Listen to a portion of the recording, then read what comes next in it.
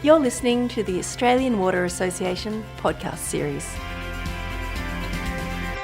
I'm Ellen Fanning and I'm joined by Lisa Andersons, who's the coordinator of the water quality team at MidCoast Council in New South Wales, and she's talking about her paper, Utilising Change Management Principles to Improve Public Health, One Water Main Repair at a Time. Lovely to be chatting to you, Lisa. Hi, Ellen. Nice to be chatting. In New South Wales, there is a drinking water quality management system that all councils are required to follow. On reflecting on the requirements of that, where did MidCoast Council see deficits or at least room for improvement? Well, we'd spent a lot of time on our catchment and then through our water treatment plants.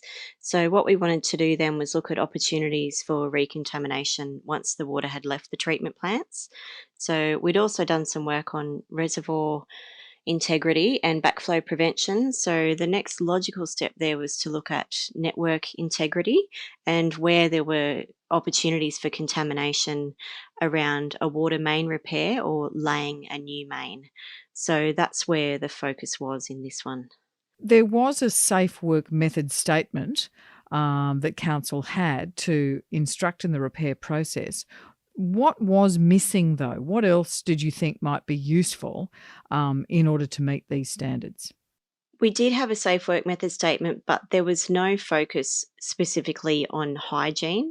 There was also no guidance on our water quality targets or how long we needed to flush for or what our disinfection options were. So it definitely needed some improvement, and that's where this program stepped in. And the change management program that was chosen was ADCAR, which is awareness, desire, knowledge, ability, reinforcement. Now, why did you grab that one off the shelf? What were the aspects of that you thought would be most useful in driving this sort of change? Well, we as a council were in the middle of a lot of big change. So previously we were a standalone water utility and then we'd just been merged into a general purpose council. So there was a lot of change going on in all of our areas of operation and just our general day-to-day work.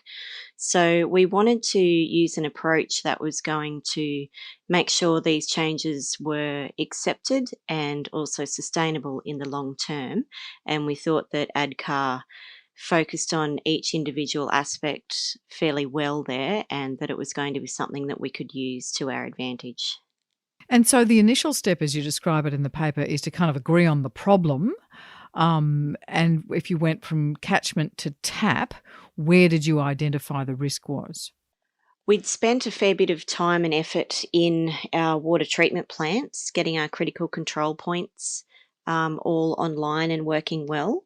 And then also out into the reticulation system, we had a reservoir integrity program and also a focus on backflow prevention.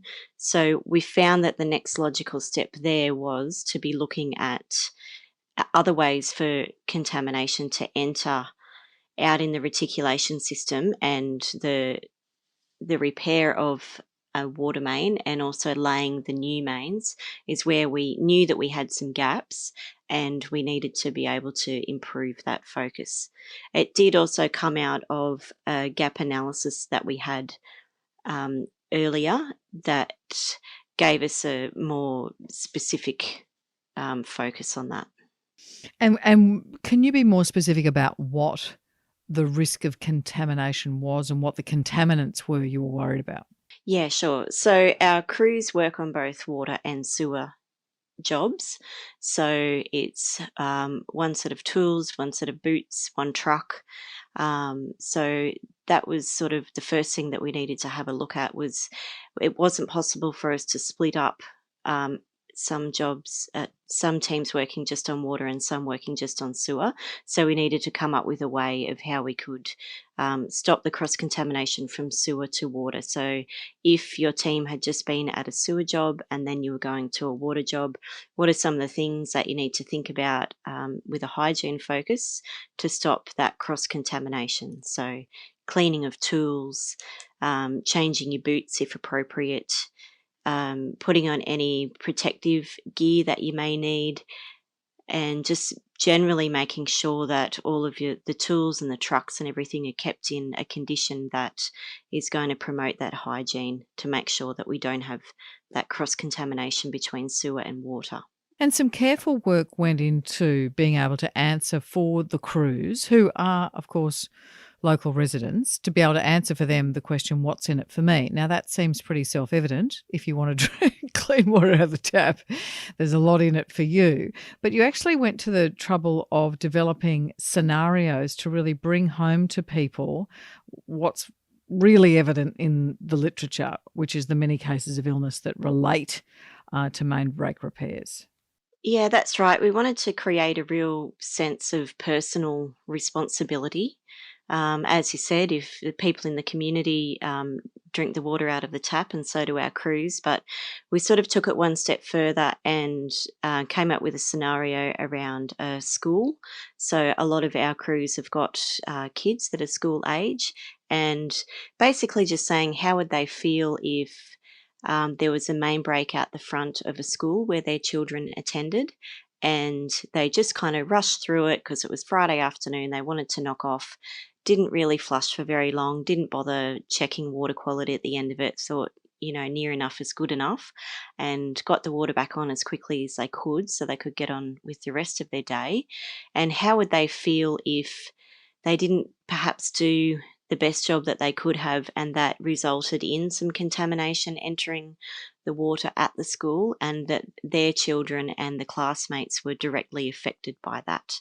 So it was basically just trying to drive home that message of having a personal responsibility for the water that we're supplying to the public. So having got everybody's attention, you note that training's pretty obvious. That's the K, that's the knowledge part of the whole thing.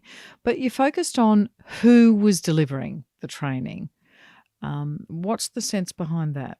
Well, we wanted to make sure that we had a trainer who was very knowledgeable and also trusted. So someone that we had, our organisation had worked with previously, but also someone that wasn't just, wouldn't be seen as, a manager or an engineer type profession that doesn't have any particular hands-on experience out in the field. So that's why we were really happy with the trainer that we went with from Hunter H2O, to make sure that we got that the trust from our crews listening to the trainer.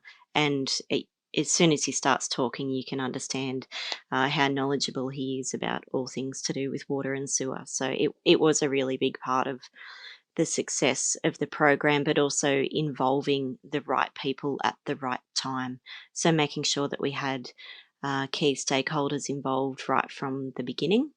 That included people from New South Wales Health and Department of Planning, Industry and Environment, and as well as our director and managers and coordinators, to make sure that we were creating ownership of these procedures. Rather than just having someone telling us what to do, it was more about making sure that the way that we went about it was including the key stakeholders as we went along. And the last two steps of the change management process relate to ability, which is that hands-on training, and reinforcement, which is a longer-term proposition to ensure you've got successful implementation. What have you got to share about those two steps? Because I imagine they'd be pretty easy to check off, but that's where the success of the project actually lies, isn't it? In ensuring that those new ways of doing things are bedded down and you truly have a sense of this is how we do things around here. Yeah, that's right. So with ability, we wanted to make sure that we were going to be developing the ability to be able to participate in these activities long term. So we focused on hands-on training of the water quality monitoring equipment that the crews now use out in the field. So it was hands-on training of that, and also in the theory side of things, we used real-life examples. So the water quality results that we were using throughout the training were looking at an actual main break that some of the staff had attended. So it made it a bit more practical for them as well. As far as the reinforcement goes, you're right, it is one of the most important steps and often forgotten. But if you don't have that ongoing reinforcement, then there's a high chance that the whole program won't succeed in the longer term. So to do that, we made sure that we've supported the staff in an ongoing way to make sure these changes are for the long term. So this has included things like having some refresher training, having access to subject matter experts, being available if someone's out in the field conducting a main break repair and they need some assistance either to talk them through the water quality equipment or the process or anything like that, just being able to have that sort of ongoing support.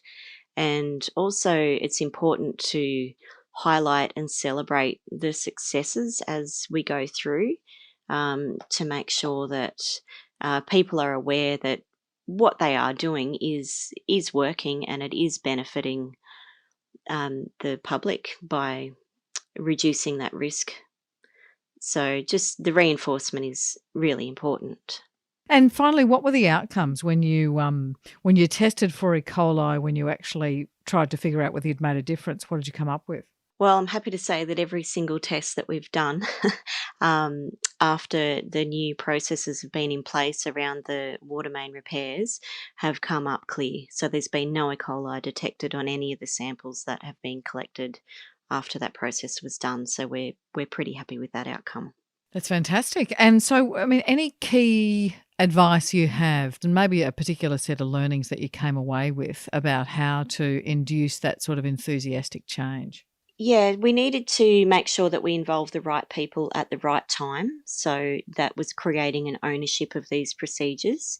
And it was important that we had support from management right from the beginning. So when we were asked throughout the training, these procedures are going to take a bit longer than what we're used to, is management aware of that? Management were actually in the room and saying, yes, not only are we aware of that, but we are really supportive of these new procedures. And you can't underestimate the importance of change management drivers. So there were a couple of people in particular throughout the project that really supported the staff all the way through. And that can't be underestimated, how important that is to be able to engage the staff and support them all the way through. We did obviously come up with some challenges, so we needed to listen to what the concerns were and come up with some really practical solutions to alleviate those concerns. And I guess to finish is the reinforcement. You really need to be able to keep supporting the staff, keep checking to see that the procedures are working and give that feedback to the staff to make sure that they understand how well things are going and celebrate the successes along the way. Lovely. Thank you so much for telling us about that. That seems like an amazing transformation and a wonderful team building experience, and an experience in a sort of a secondary experience, wasn't it, in getting people to understand and value the contribution that they make to a community within a water utility. Yes, it was. So it was not just about the actual project and the water hygiene side of it, but also the way that we manage change in this environment that we find ourselves in. Lisa Andersons is the coordinator of the water quality team at MidCoast Council. Thanks so much for speaking with me. You're welcome. Thank you, Ellen.